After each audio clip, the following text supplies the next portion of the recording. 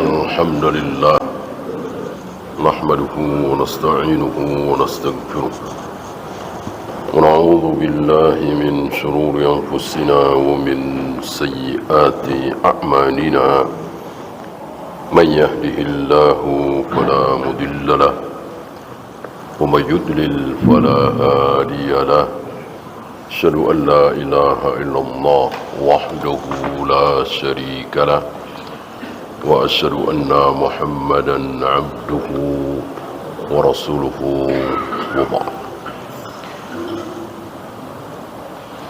Terakhir tentang larangan buru-buru, tergesa-gesa ketika kita mendengar seorang tokoh berfatwa dalam sebuah agama.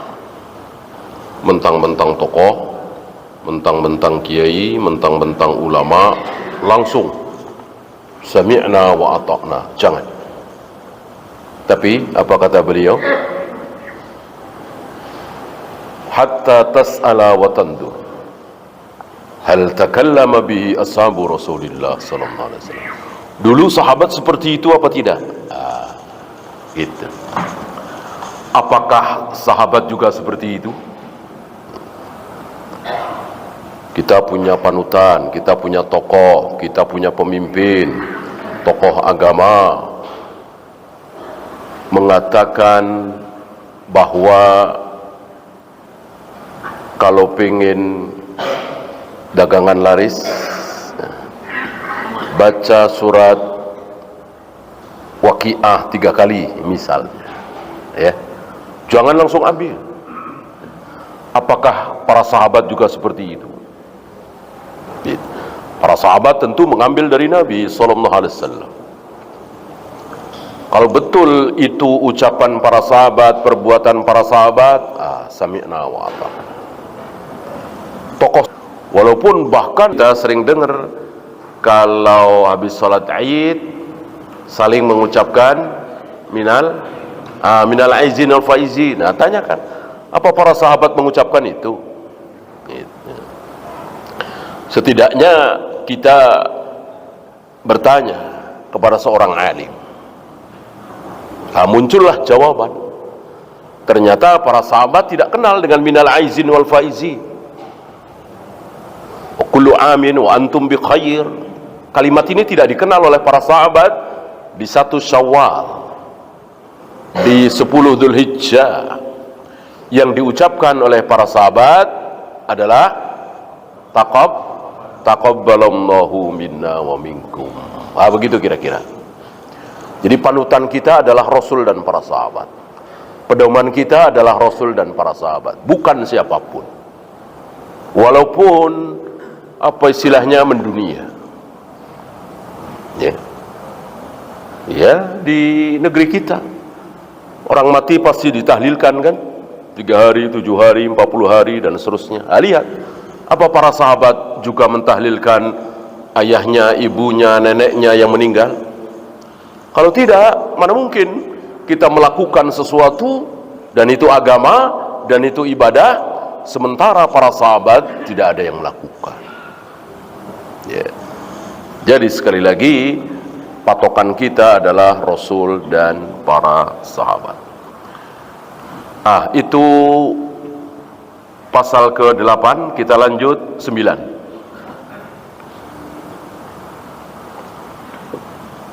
Wa'lam anna al-khuruja min at-tariqi ala wajhain. Ketahuilah bahwa keluar dari jalan, maksudnya jalan apa? Jalan yang benar. Keluar dari jalan yang benar, menyimpang, sesatlah.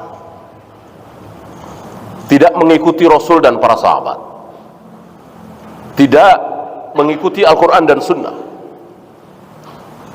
Itu ada 2 macam. Orang sesat itu, orang menyimpang itu, orang tidak mengikuti Rasul dan para sahabat itu ada 2 macam. Apa macam yang pertama?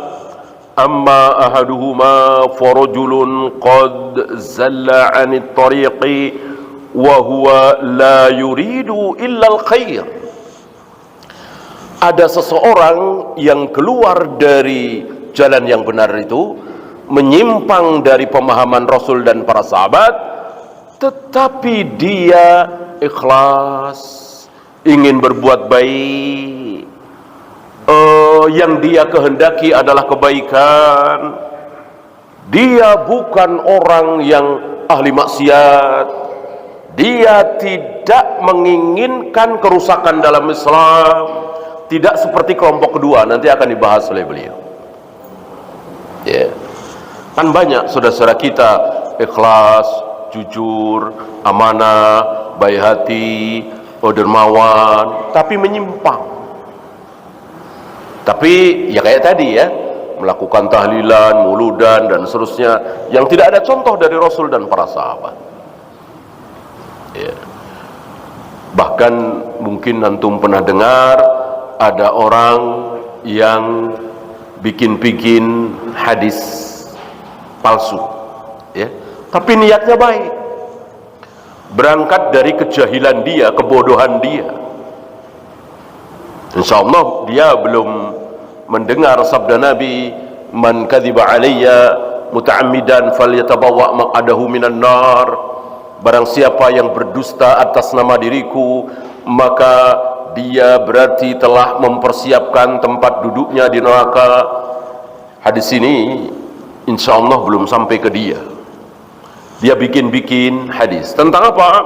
Tentang keutamaan Al-Quran, keutamaan membaca Al-Quran, keutamaan mempelajari Al-Quran, keutamaan membaca Al-Quran dengan tartil, tapi dia ngarang. Ya. Nah, setelah ketahuan, hari itu ketahuan, ya.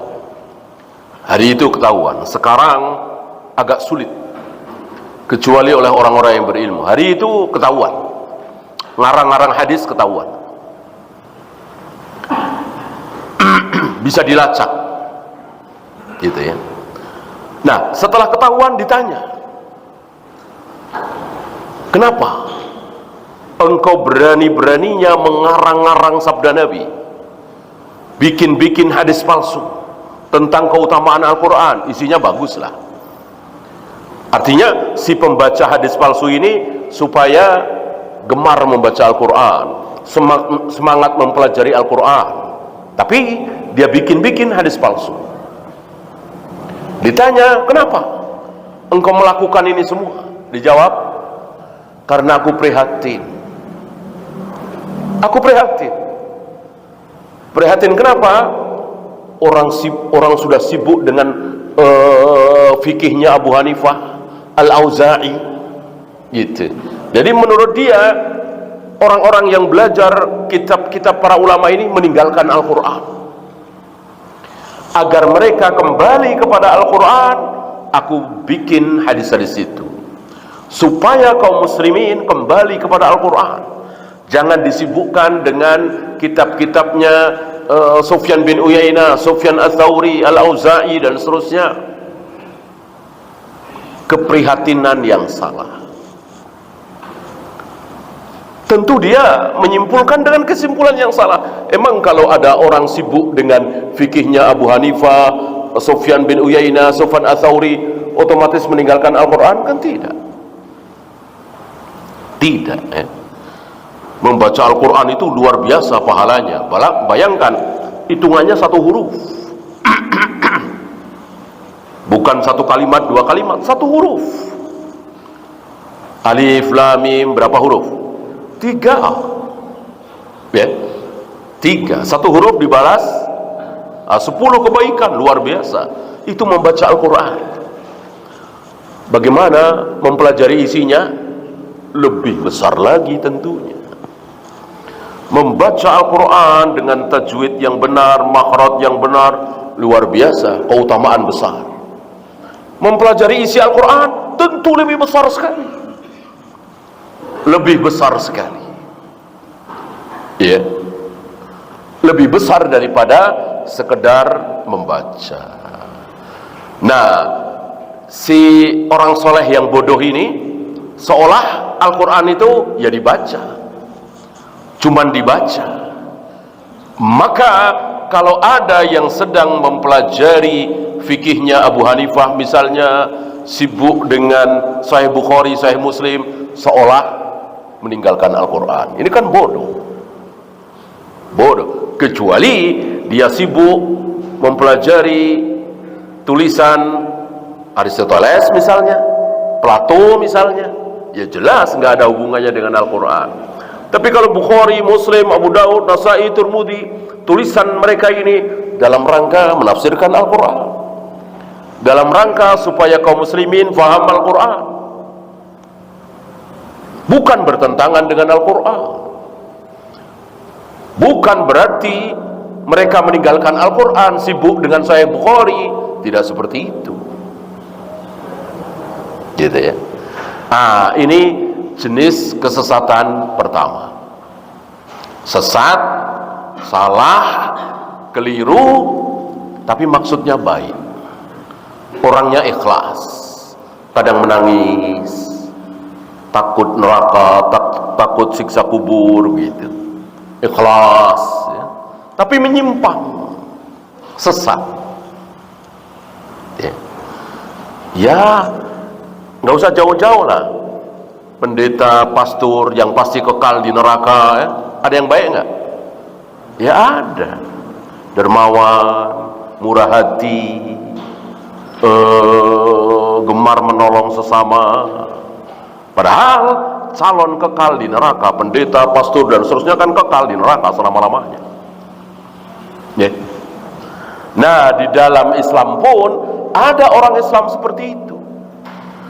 Jadi dia baik, ikhlas, dermawan, gemar menolong, tapi menyimpang, sesat. Ya.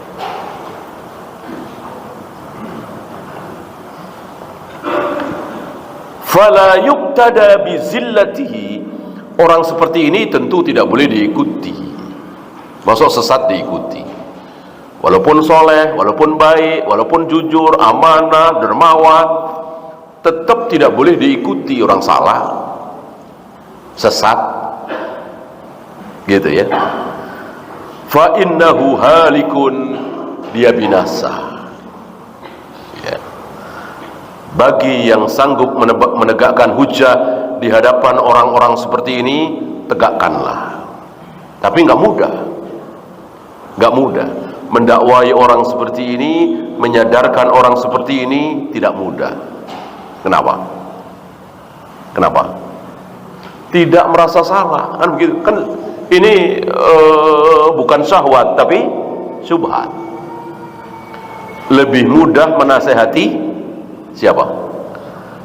Lebih mudah menasehati pelacur, germo, koruptor, pemabuk, penjudi. Itu lebih mudah dinasihati. Kenapa? Karena ngaku salah. Mana ada pelacur, germo, pengedar narkoba, pembunuh, penjudi ngaku benar? Nggak ada. Pasti mereka mengaku salah, sadar. Maka mereka berzina, minum khamar, berjudi, ngumpet-ngumpet, malu, rendah di hadapan Allah, rendah di hadapan manusia. Maka dinasehati gampang. Orang ngaku salah. Beda dengan syubhat ini. Dimana mau terima nasihat, orang merasa tidak berbuat salah, merasa sedang berjuang, merasa sedang menegakkan kebenaran, gitu. Dan ketika barangkali antum masih ingat dulu ketika rame-rame mendemo apa itu Ahmadiyah, mendemo Ahmadiyah kan? Pernah di Parung sana kan? Di beberapa tempat lah banyak. Antum tahu Ahmadiyah kan? Sepakat kaum muslimin Ahmadiyah sesat dan keluar dari Islam. Ya punya nabi sendiri. Maksudnya Nabi Muhammad SAW bukan nabi terakhir. Nabi terakhir ya nabi mereka Mirza Ghulam Ahmad. Nah, ketika di demo, ketika diprotes, mereka menangis, mereka merasa sedang berjuang, mereka merasa sedang dizolimi, mereka merasa sedang berjuang menegakkan kebenaran, karena mereka tidak mengaku kalau mereka salah, tidak merasa salah. Itulah syubhat.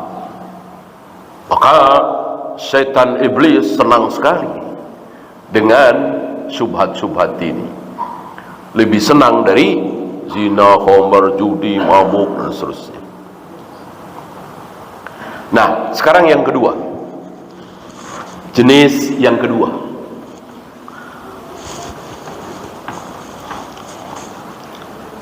wa akhar anadal haqqa wa khalafa man kana qablahu minal muttaqin, sengaja menyelisihi kebenaran, sengaja menentang pendahulunya dari orang-orang yang bertakwa, sengaja.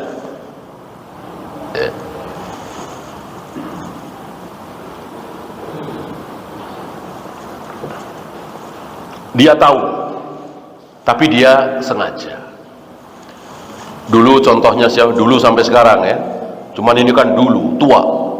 Kalau Ahmadiyah kan tidak tua. Ahmadiyah itu kan sekitar 1800 sekian ya, hampir 1900 ya. Kalau ini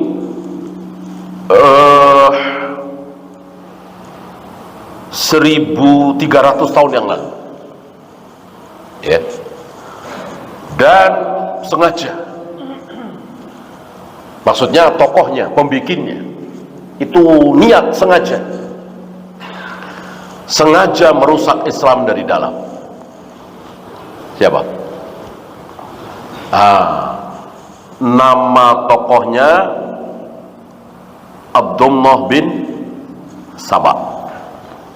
Nama pembikin agama baru di dalam Islam, tapi mereka tidak mau mengatakan bahwa ini agama baru. Mereka maunya ya dibilang Islam, padahal sudah jelas bukan Islam. Nah, pembikinnya ini Abdullah bin Saba, Yahudi. Apa nama kelompoknya? Syiah Rafidhah. Ini tidak seperti Khawarij, tidak seperti Asy'ariyah, tidak seperti Maturidiyah, Mu'tazilah. Mereka ini tidak ingin sesat. Mereka ini orang-orang baik. Mereka ini tergelincir dan akhirnya sesat. Beda dengan ini. Ini betul-betul dari awal niatnya buruk, ingin merusak Islam dari dalam. Dan antum tahu sendiri, Yahudi bodoh apa berilmu? Yahudi berilmu, Yahudi tidak bodoh. Oleh karena itu, dalam mendukung kesesatannya ada aja dapat dalil. Karena memang mereka bukan orang bodoh. Saya pernah dengar tokoh mereka, alhamdulillah sudah tidak ada, itu berbicara di televisi. Itu sekitar 2005, 2006 sepertinya. Ketika rame-rame kaum muslimin sepakat mengatakan Syiah Rafidhah mencaci maki sahabat, menjelek-jelekkan sahabat. Inti ajaran Rafidhah seperti itu. Kalau ada ngaku Syiah tapi kok mencintai sahabat, tidak mencaci maki sahabat, ya batal Syiahnya, bukan Syiah lagi. Ciri khas Syiah mencaci maki sahabat, menjelek-jelekkan sahabat. Nah, ketika kaum muslimin mengatakan, kenapa anda orang-orang Syiah mencaci maki sahabat, menjelek-jelekkan sahabat, ada jawabannya. Luar biasa. Apa jawab dia? Ini salah satu tokoh. Kami tidak mencaci maki sahabat, kami tidak menjelek-jelekkan sahabat, kami cuman Kami cuma percaya dengan Al-Quran. Al-Quran mengatakan di surat Al-Jumu'ah bahwa para sahabat ketika Rasulullah berdiri khutbah, para sahabat khutbah Jumat, para sahabat keluar, ya kan? Memang begitu kan? Wa idza ra'au tijaratan aw lahwan faddu ilaiha wa tarakuka qa'ima. Jelas ayatnya kan? Ketika engkau berdiri khutbah ya Muhammad, mereka keluar meninggalkan engkau mengerumuni dagangan yang baru datang dari Syam. Kejadian betul. Ini yang saya maksud. Rafidhah itu bikinan Yahudi, bukan orang bodoh. Maka mereka membuat kesesatan dalam Islam. Salah satunya mencaci maki sahabat. Itu ada aja dalilnya. Walaupun tentu para ulama ahlu sunnah bisa menjawab syubhat ini. Orang awam barangkali, apalagi yang baru masuk Islam, akan manggut-manggut. Oh iya ya, emang benar kan itu di akhir surat Al-Jumu'ah kan begitu bunyinya. Ketika mereka meninggalkan engkau ya Muhammad, engkau sedang berdiri berkhutbah Jumat, mereka meninggalkan engkau. Tersisa kira-kira 8 atau 9 orang. Selebihnya meninggalkan Nabi yang sedang berkhutbah Jumat. Apa? Mengerumuni dagangan yang baru datang dari Syam. Nah, kata dia, tokoh Syiah, ini bukti Allah yang bicara. Masa kita nggak percaya? Apakah ini bukan sahabat? Ya. Dia lupa atau pura-pura lupa bahwa para sahabat itu orang-orang mulia. Para sahabat dijamin ridho, para sahabat dijamin ampun, para sahabat dijamin surga. Tapi para sahabat ini manusia, bukan malaikat. Artinya para sahabat menjadi baik, menjadi mulia, dijamin ampun, dijamin surga, itu melewati proses. Ini salah satu proses. Bahwa ada sahabat yang membikin jengkel Nabi, ada. Bahkan ada sahabat istri Nabi yang membohongi Nabi, ada. Itulah proses. Kan sahabat bukan malaikat. Kalau mereka begitu masuk Islam langsung jadi soleh, mulia, baik, ya malaikat. Butuh proses. Ini proses. Dan itu terjadi cuman sekali. Habis itu tidak diulang lagi. Anda masih ingat barangkali salah satu ciri sahabat ketika mereka berbuat maksiat, kekeliruan, cukup sekali, tidak pernah diulang lagi. Adakah sahabat yang berzina? Ada, tapi sekali. Adakah sahabat yang berbohong? Ada, sekali. Ya tentu antum tahu kisah Ka'ab bin Malik, ya kan, yang sampai dihajar oleh Nabi 50 hari. Itulah proses. Gitu.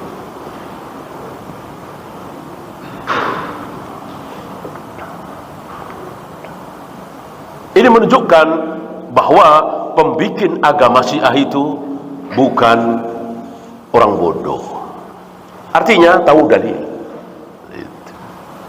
Ada lagi peristiwa hari Kamis.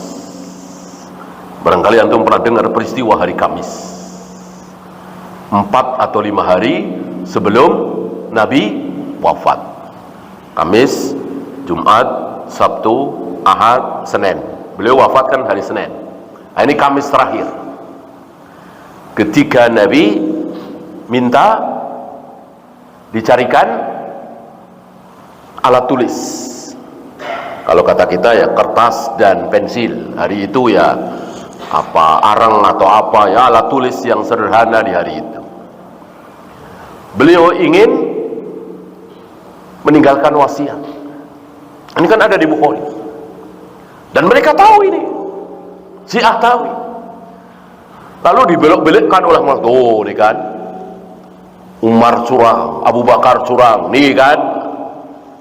Tapi walillahilham, ada Imam Bukhari, ada Imam Muslim, ada Yahya bin Ma'in, ada Ali bin Madini, ada Sufyan As-Sawri, ada Sufyan bin Uyainah, ada Imam Syafi'i. yang akan membungkam syubhat mereka ini, kebohongan mereka ini.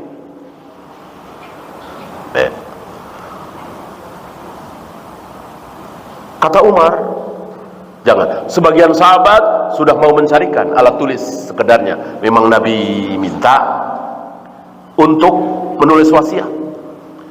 Kata Umar, jangan. Jangan. Rasul bukan malaikat seperti kita manusia. Artinya, dan beliau sedang demam tinggi. Artinya, orang yang demam tinggi itu kan tidak terkontrol. Gitu. Di depan kita sudah ada Al-Quran dan Sunnah. Mayoritas sahabat sudah hafal Al-Quran, hafal ribuan hadis. Gitu. Lalu ada yang mengatakan, tulis ini permohonan beliau, permintaan beliau. Kata Umar dan Umar, jangan. Tulis, jangan, ribut. Ribut, gaduh. Mendengar ribut gaduh ini, Nabi mengatakan, pergi kalian dari sini. Tidak pantas kalian ribut gaduh di hadapan Nabi kalian. Udah pergi, selesai. Sampai beliau wafat, sampai zaman Abu Bakar, sampai zaman Umar, bahkan sampai zaman Utsman, gak dibahas ini. Udah selesai, gitu ya. Karena semua sahabat sepakat bahwa wasiat, seandainya wasiat itu jadi ditulis, nggak jauh dari Abu Bakar jadi khalifah pertama. Itu dugaan mayoritas, mungkin hampir 100% sahabat. Dan sudah terjadi kan? Mana mungkin wasiat Nabi nggak terjadi? Nah, dijungkir balikkan oleh Syiah Rafidhah dengan mengatakan, seandainya Umar tidak menghalang-halangi, maka jadilah Ali khalifah pertama. Karena Nabi menghendaki Alilah manusia pertama yang akan jadi khalifah, bukan Abu Bakar, bukan Umar. Nah, dijungkir balikkan oleh Syiah Rafidhah. Kalau betul Nabi berwasiat menginginkan Ali bin Abi Thalib jadi khalifah, tidak mungkin gagal. Kalau gagal, memalukan. Beliau kan Nabi, beliau Rasul. Masa ucapannya tidak terbukti? Ya. Beliau Nabi, beliau Rasul. Nggak mungkin ucapannya gagal. Ya. Justru ucapan Rafidhah ini secara tidak langsung menghina Nabi SAW. Seolah ucapan beliau, wasiat beliau omong kosong. Ya. Tapi setidaknya ada bukti dan itu sahih, ada di Bukhari. Beda kan dengan firqah-firqah lain, apalagi sebagian saudara-saudara kita yang jahil banyak menulis hadis dhaif semua, bahkan maudhu. Kalau Syiah ini ada tahu, karena itu tadi betul-betul mereka menginginkan keburukan, merusak Islam dari dalam. Yahudi, Abdullah bin siapa tadi? Abdullah bin Sabah.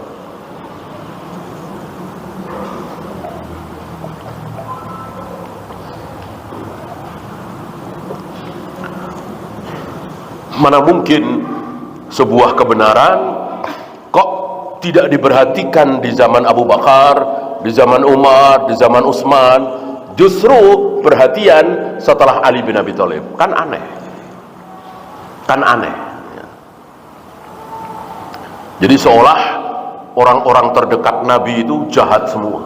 Berarti Nabi gagal dong. Bagi Rafidhah kan begitu. Para sahabat ini rata-rata jahat. Kecuali Ali, Hasan, Husain, Mikdad, Abu Dzar, Salman. Enggak sampai 10. Enggak sampai 10 sahabat yang baik. Selebihnya jahat, penipu, berkhianat. Nomor 1 Abu Bakar, kemudian Umar. Itu. Bahkan ada ucapan untuk Abu Bakar dan Umar apa? sanamai Quraisy. Dua berhala Quraisy. Dua berhala Quraisy adalah Abu Bakar dan Umar. Inna lillahi wa inna ilaihi raji'un. Ya. Kalau begitu Rasul gagal dong. Manusia terdekat beliau justru yang paling jahat. Inilah Rafidhah. Ya. Keburukan Rafidhah itu lebih buruk dari Yahudi dalam hal ini ya, dalam hal ini. Karena bagi Yahudi terbaik itu siapa? Murid-murid Nabi Musa. Orang-orang terdekat Nabi Musa itu Yahudi terbaik. Begitu pula Nasrani. Bagi Nasrani terbaik siapa? Murid-murid Nabi Isa. Orang-orang terdekat Nabi Isa, sahabat-sahabat Nabi Isa, itu Nasrani terbaik bagi mereka. Rafidhah kebalikan. Yang terdekat dengan Rasulullah, sahabat-sahabat Rasulullah adalah manusia-manusia jahat. Sampai dikatakan dua berhala Quraisy. Dan mereka meyakini akan datang sebuah hari yang mereka sebut dengan Ar-Raj'ah. Ar-Raj'ah. Raj'ah kembali ya. Mungkin bisa dikatakan reinkarnasi. Apa Ar-Raj'ah itu? Ar-Raj'ah adalah hari di mana Abu Bakar dan Umar akan dihidupkan lagi. Abu Bakar dan Umar akan dihidupkan lagi. Diapain? Akan disiksa oleh imam ke-12 kami. Di luar biasa. Ngawurnya, sesatnya, kejinya orang-orang Rafidhah. Kenapa? Karena dari awal niatnya sudah jahat. Tokohnya ya, yang awamnya tentu tertipu. Ya. Banyak umumnya di sini yang pengikut Syiah ya tertipu oleh tokohnya. Gitu ya.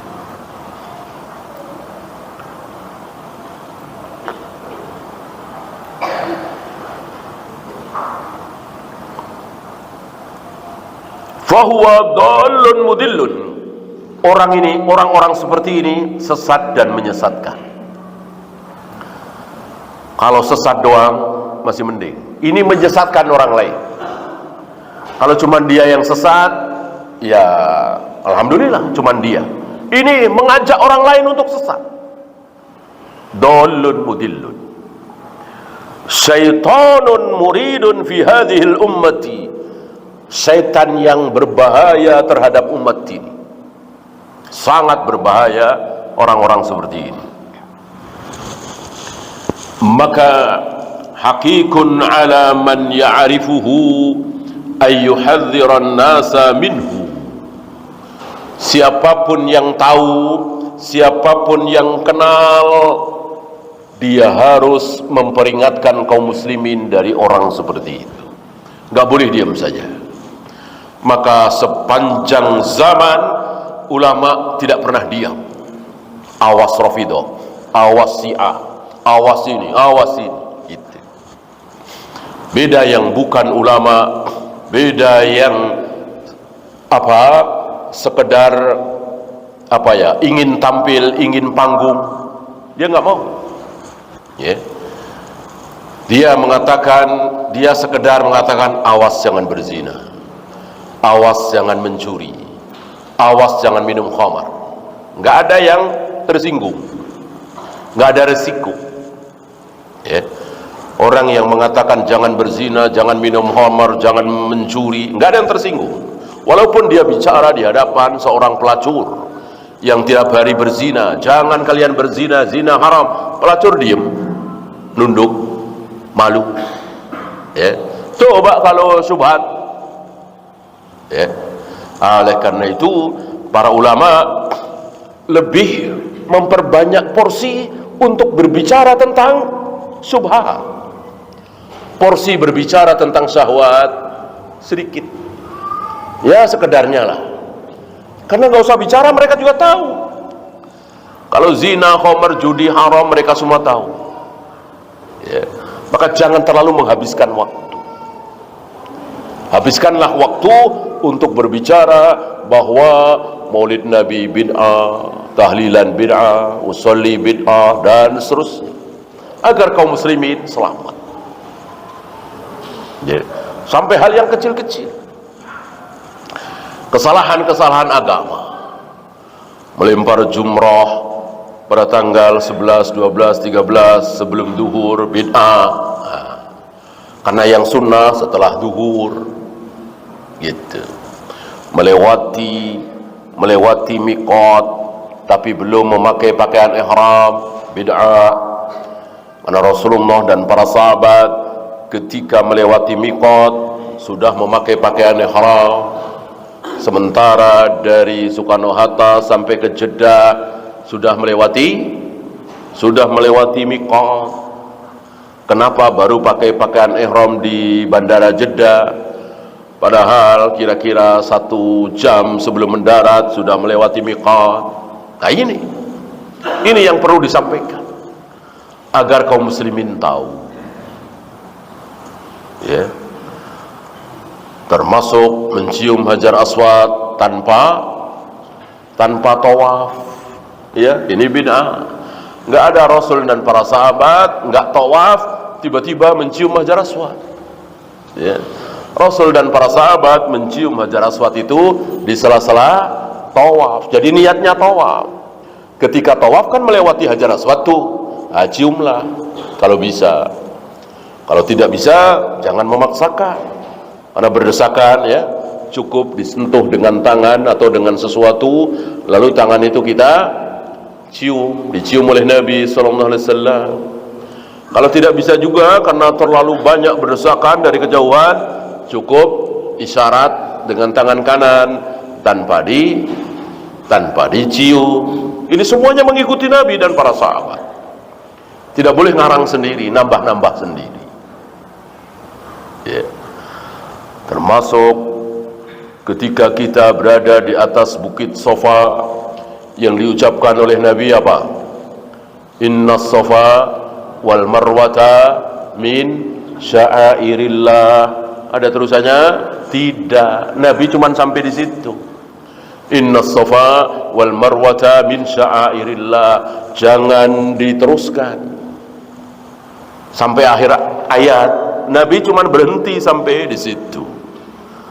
Apa harus mengikuti Nabi? Harus. Kata siapa? Kata Nabi SAW. Khudu anni manasikakum. Ambillah manasik haji kalian itu dariku. Artinya apapun yang dicontohkan oleh Nabi wajib kita ikuti. Yang tidak dicontohkan oleh Nabi tidak boleh kita lakukan, ya. Ada yang dicontohkan oleh Nabi kita tidak ikuti, boleh, berarti itu tidak wajib, ya. Yang haram Nabi tidak melakukan tapi kita melakukan, ya.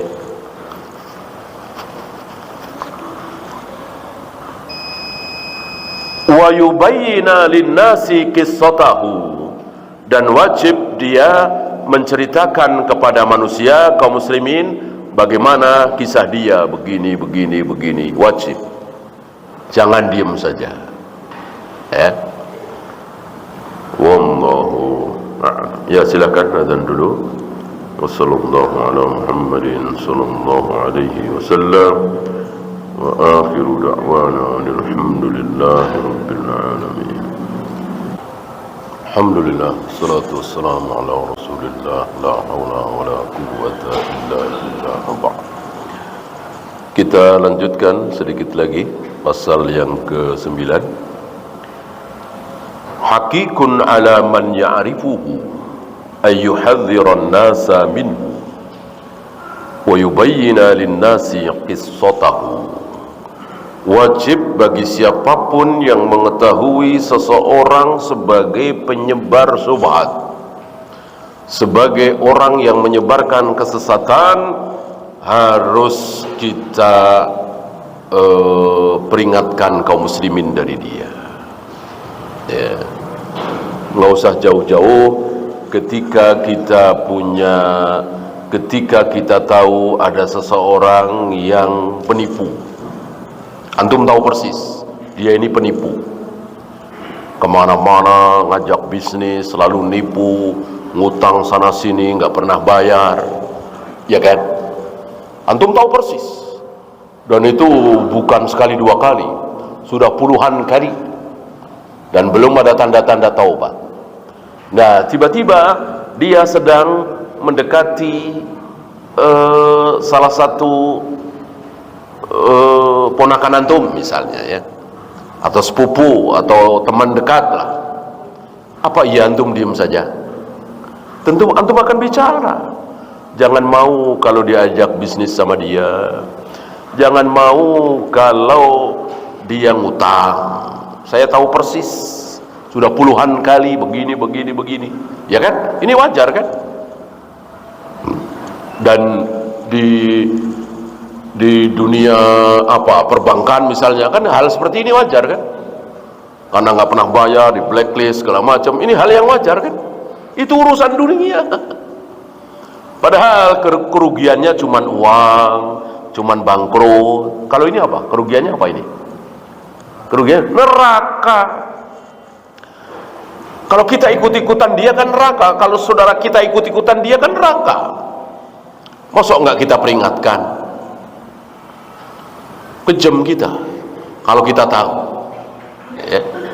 Jangan nak, jangan ikut-ikutan, nanti engkau masuk neraka. Ini kan hal yang wajar. Apalagi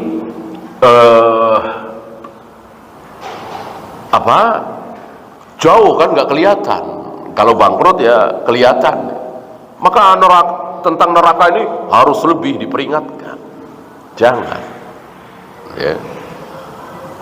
Maka kalau kita melindungi anak-anak kita supaya jangan kerja di tempat yang berbahaya, jangan bergaul kepada anak-anak yang nakal, tentu lebih kita peringatkan lagi. Jangan berguru kepada guru-guru yang sesat, mengajarkan bid'ah, mengajarkan sesuatu yang tidak pernah dicontohkan oleh Rasul dan para sahabat. Tentu lebih lagi. Keselamatan akhirat kan jauh lebih besar daripada keselamatan dunia. Dunia itu kan sifatnya jatuh bangun, ya. Jatuh nanti bangun lagi, jatuh lagi bangun lagi. Lah kan neraka sudah. Apalagi kafir selama-lamanya, mau apa coba, ya. Nah, orang-orang awam nggak tahu, ya. Ngapain kayak gitu dibahas? Yang penting sholat, yang penting baca sholawat, yang penting tidak berzina, tidak minum khamar, tidak berjudi. Nah, itu orang awam, ya. Karena sholawat, sholat, bahkan haji, bahkan umroh, bahkan jihad bisa masuk neraka kalau caranya tidak mengikuti contoh dari Nabi SAW. Nah, ini banyak yang tidak sadar. Kan Nabi yang mengatakan, iyyakum wa muhdatsatil umur, fa inna kulla muhdatsatin bid'ah wa kulla bid'atin dhalalah wa kulla dhalalatin finnar. Nabi sendiri yang mengatakan bahwa bid'ah itu menjurus ke neraka. Bid'ah itu apa? Maksiat apa ibadah? Ibadah. Ibadah yang tidak mencontoh Nabi SAW. Itu jurusannya neraka.